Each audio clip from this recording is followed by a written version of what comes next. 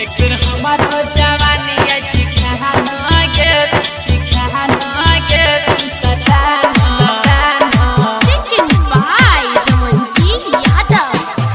DJ वाला छोरा को तोरा के चुम्मा डीजे वाला छोरा को तोरा के चुम्मा डीजे वाला छोरा को तोरा के चुम्मा भगल तोहरा दुगुना एक बार हमारो जवानी तू चिखा न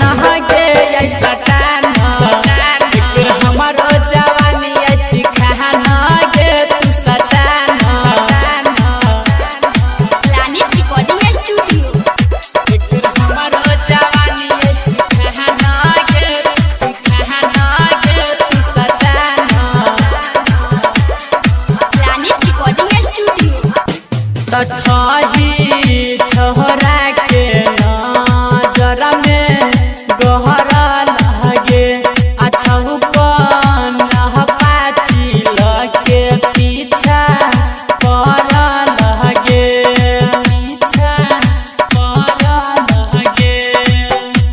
तो छही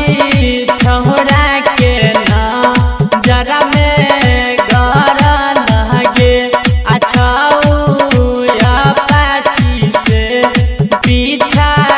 पर लगे बरस गिरा हो नंबर पाले हो गाल पर सुना गहनया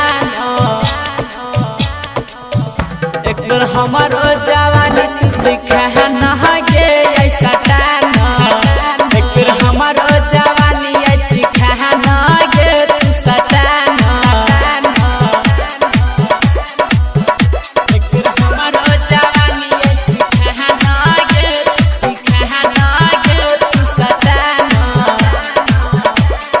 Planet Music Darbhanga। घायल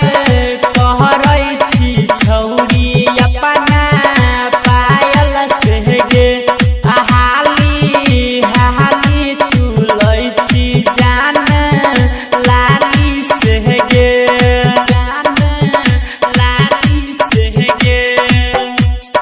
घायल करई छी छौरी अपना पायल से गे हाली तू लै छी जान लाली से गे कहो रमनजी छोरा तोरा डिजटली पड़ जमुना गहनया एक बार हमारो जवानी